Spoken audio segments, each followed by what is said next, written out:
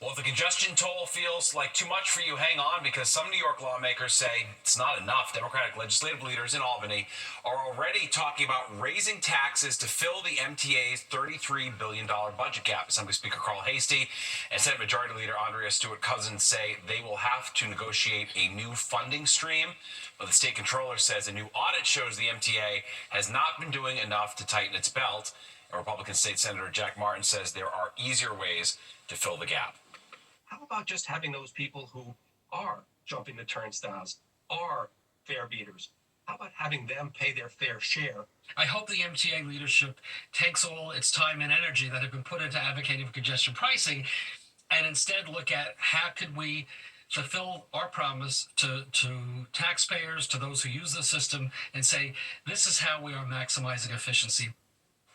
The MTA pushing back, saying it identified $500 million savings annually. Meanwhile, Governor Hochul pledging to not raise income taxes this year, but that does not include other taxes like a payroll mobility tax. And while officials are urging people to take mass transit to avoid the congestion pricing toll, it's not so easy in parts of the lower Hudson Valley. That's right. In Rockland County, which sued to stop the controversial toll, there's no direct train service into Manhattan. So how are people across the Hudson coping? Fox 6's Richard G. Coase is live in West Nyack with a closer look. Richard?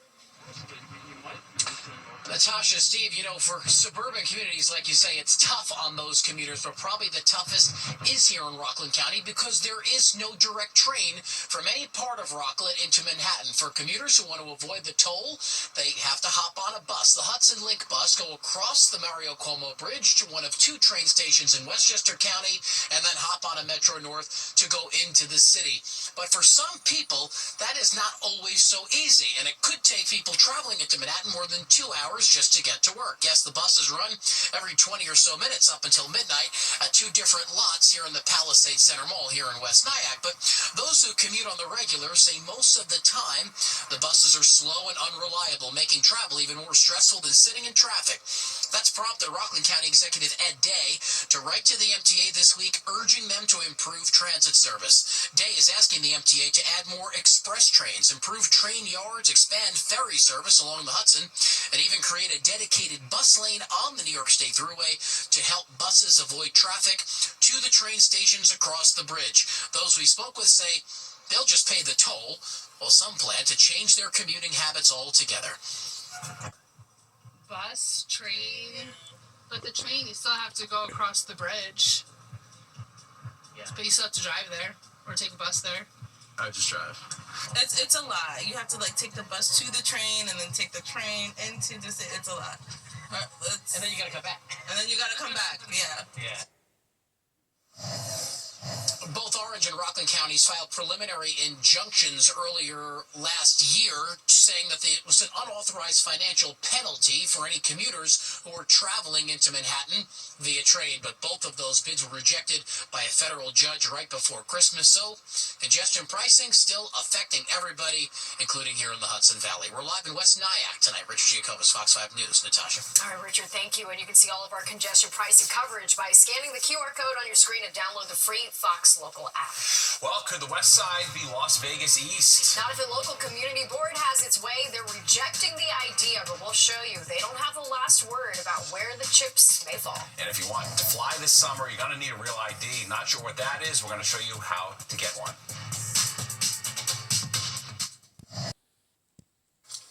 Now to an update on a casino that's been proposed for the West Side near the High Line. All right, members of Manhattan Community Board 4 choosing not to press their luck, unanimously rejecting the plan. But as Fox 5's Teresa Priola shows us, this is far from the end of the line for the proposed casino. We wanted to live in Las Vegas. We would live in Las Vegas. I trust this company, and we need them to continue working in the neighborhood because they are doing a phenomenal work. There won't be a Wynn Casino and luxury apartments in Hudson Yards if some local community members have anything to say about it.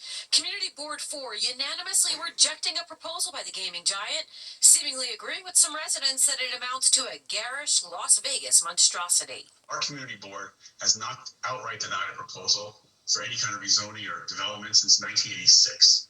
That's a major change. Normally we say deny unless and figure out what to do and negotiate with the developer and or city agencies. So This is just the wrong plan for the wrong location. The Related Companies Win project is one of 4 proposed casino bids that needs to get land use changes approved by the city before even being considered by the state. All have faced opposition.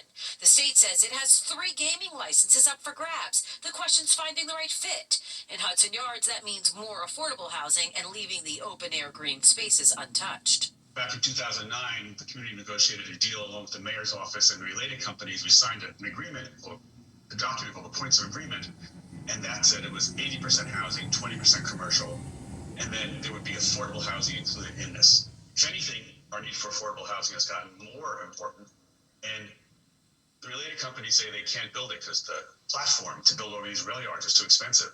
Our response to them is, well, then let us help you and work with you to get funding for that platform.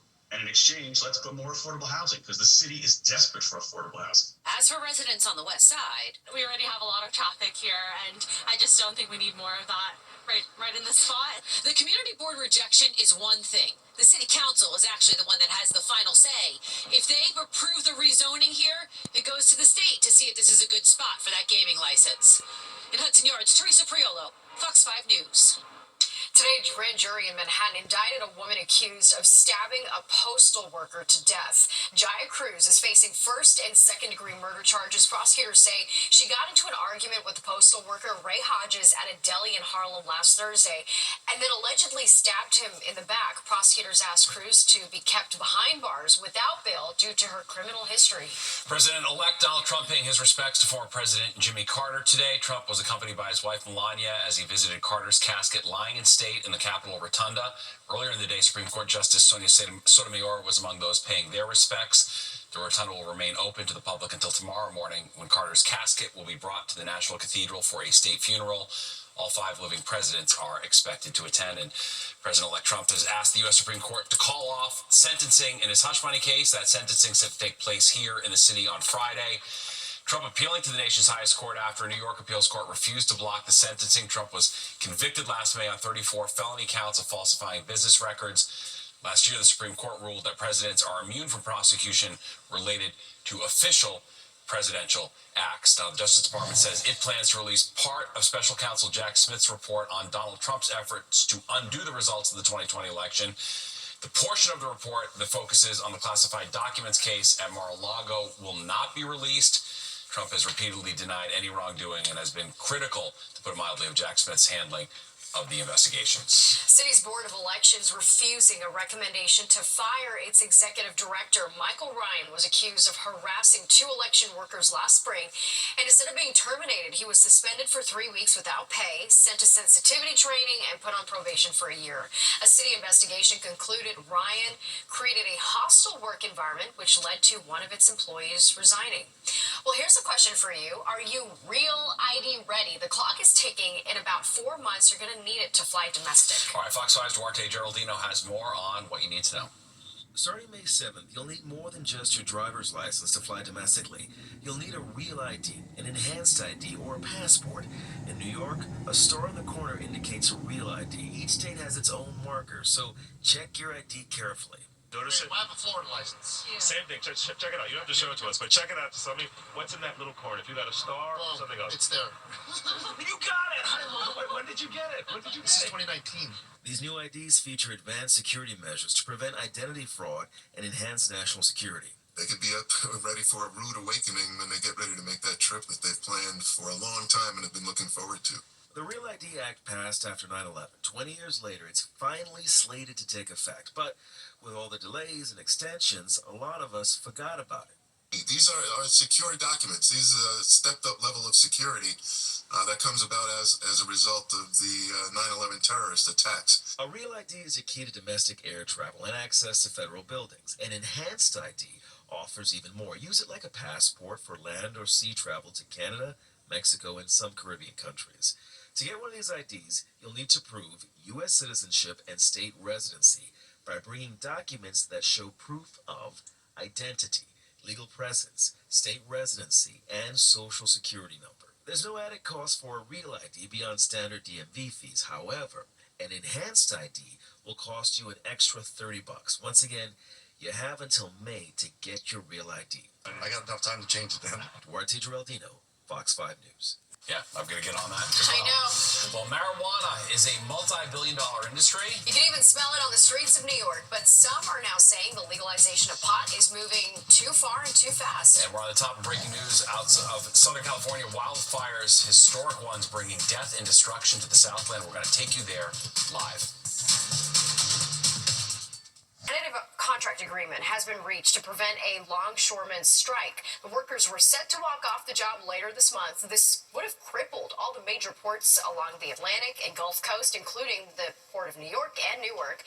The two sides had already reached an agreement on wages back in October, but today's final deal looked at other issues. So this includes automation, a key issue for the union, which feared it would lead to job loss. If you could retrain longshoremen to be in an office with screens like the air traffic controllers and controlling those little trucks that are running around, well, then that person's making more money. He's in a building, a safe environment, drinking his hot coffee and operating the machines that are doing the dangerous work. Hourly wages will go up 62% over the 6-year contract that still needs to be ratified by the entire union. New York City says it's making significant progress in the fight against deadly lithium-ion battery fires. The city had 6 deaths related to those batteries last year. That's down from 18 in 2023. Officials say 1 death from these fires is too many, but credits the 67% drop to enhance public education efforts as well as the tireless work of EMS personnel and firefighters. And Now to the latest on the congestion pricing rollout. Fox 5 getting some answers tonight after an Uber rider was hit with a congestion pricing fee, even though they did not enter the congestion pricing zone. In response to questions from our newsroom, Uber now says it will be issuing refunds. Linda Schmidt with this exclusive report. Well, the problem started here on East 61st Street. We are in between York Avenue and First Avenue. Now, a colleague of mine at Fox 5 was in an Uber, and even though they did not drive below 60th Street, and keep in mind, we're on East 61st, they did not drive below 60th, they still got charged the $1.50 congestion pricing fee. The reason?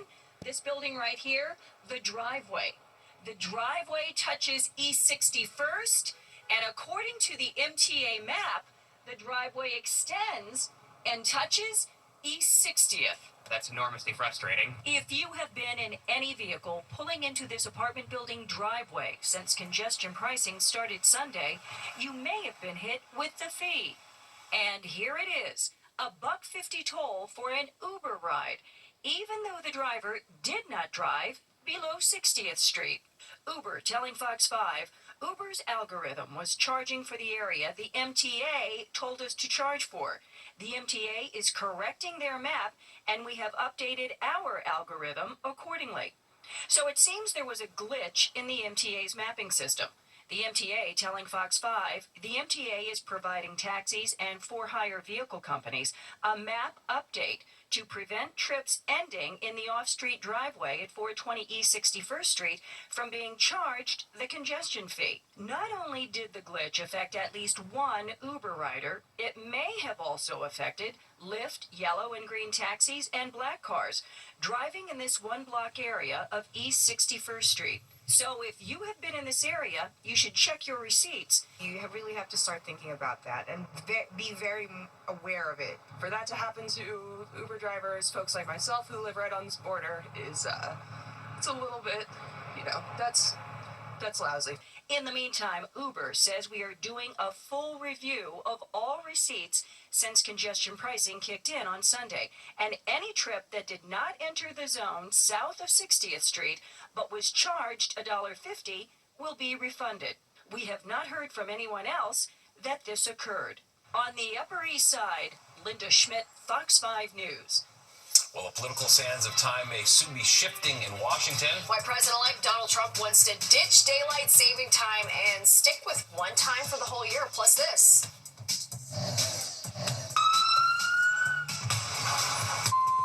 All right, those are some of the sounds of the city, and behind every noise is probably a 311 call. We're going to break down the top quality of life complaints.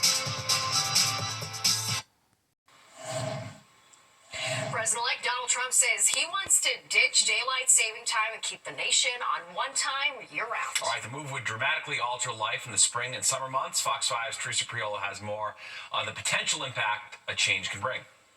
Who doesn't love an extra hour of sleep in the fall or later sunsets in the summer?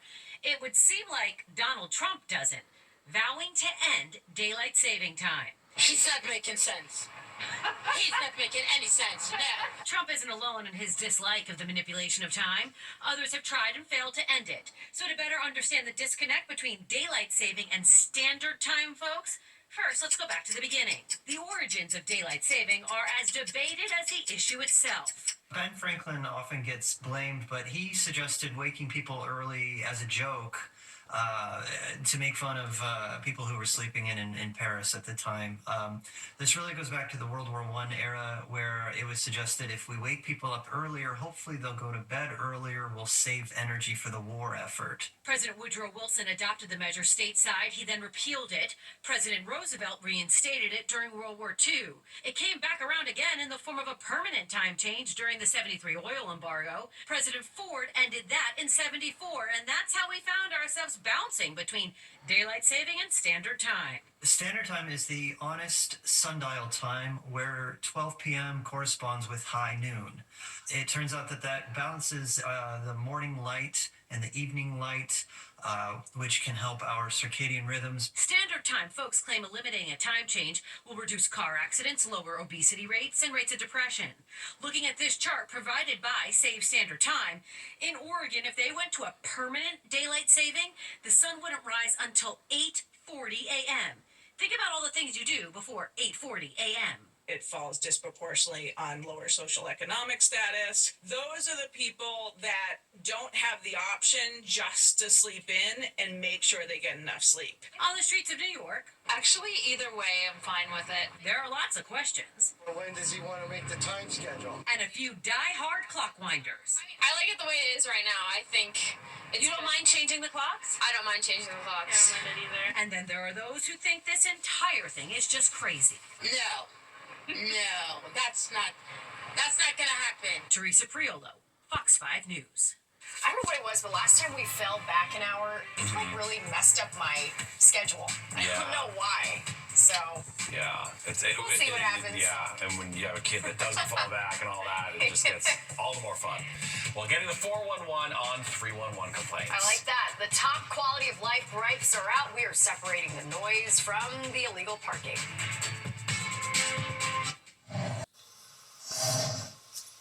Well, if there's one thing that bonds all New Yorkers, it's that we have an opinion on pretty much everything, and by opinion we mean a complaint. That's right, which is reflected in a new breakdown of the top complaints called into 311. Fox 5's Kendall Green has the 411. In the urban center of the universe with more than 8 million people, challenges and complaints are inevitable. Traffic. Ooh, that's a good one. The trains. Ooh, that's a good one. Yeah, girl. Garbage. But the city's chief non-emergency complaint of 2024 was noise, creating a little noise of its own. That's crazy. Yeah, that's really... Girl, as a New Yorker, you shouldn't care about noise. Yeah. Like, we live in the busiest Yeah, I'm city. in Long Island. I should be complaining. According to city data, noise complaints accounted for more than 738,000 complaints last year, including street and sidewalk noise, vehicle noise, and noise from helicopters in the sky. Residential noise, though, ran up the largest grand total with more than 356,000 calls. I feel like it's the recent, people who just moved in here, stuff like that, because they're not used to it, like how we are. We asked a few what that figure meant for 311 calls per day last year. 1,200. Oh, you're close. Yeah, I'm gonna say about 1,300. 400. 5,000. More than 2,000 calls every day. Other top 311 complaints included people urinating in public, reporting illegal animals kept as pets, and suspicious neighbor service request calls. Yet noise, practically a part of the city's infrastructure, made the most waves across the city. Does that surprise you as well? It does. It seems like a pretty loud city to me, so I feel like you would just get used to it, maybe. Kendall Green, Fox 5 News.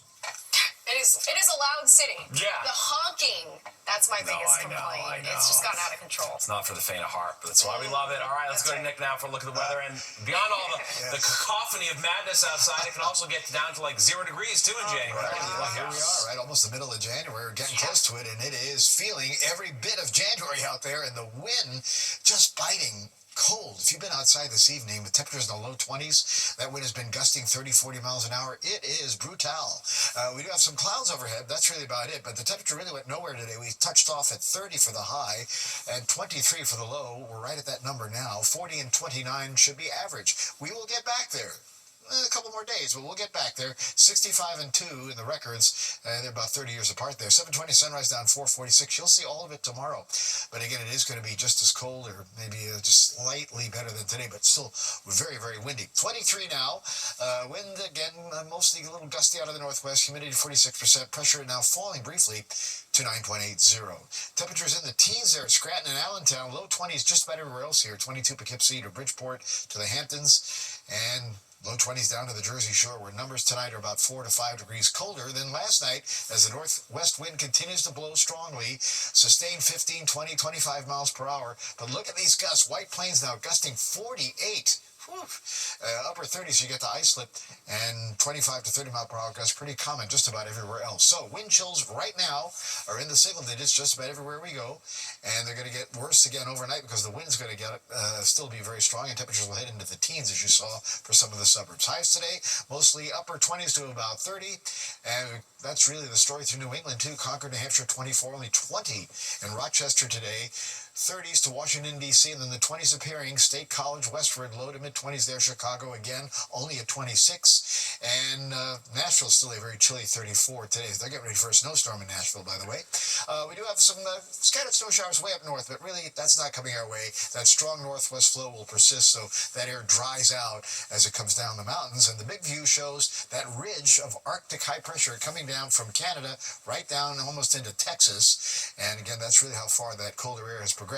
And this storm will be the one passing to our south on Saturday, but it's going to produce some snow and ice. North Texas, Oklahoma, Arkansas, Tennessee, areas that don't like to have snow and ice, and that's going to cause some real travel troubles for them. For us, just a cold night, some clouds around, a strong wind, low 20s in the city out the door, teens in the suburbs. Tomorrow, little improvement, low to mid-30s in some spots in it tomorrow night. Again, the temperature kind of drops back on down, and we'll have upper 30s on Friday. Again, still a windy day, particularly the first part of the day. And here comes that little thread of snow. We'll take a look at that a little better on the bigger computer model in a minute. But again, look at those wind gusts tomorrow. Again, they're going to hit 50 miles per hour in a few spots, dying down a little bit by Friday afternoon. So wind chills again out the door in the morning, kind of stuck in the single digits. All right, let's look at that snow threat for the weekend. The storm, again, has been the trend going further to the south. So here's Saturday morning. We're right on the northern fringe.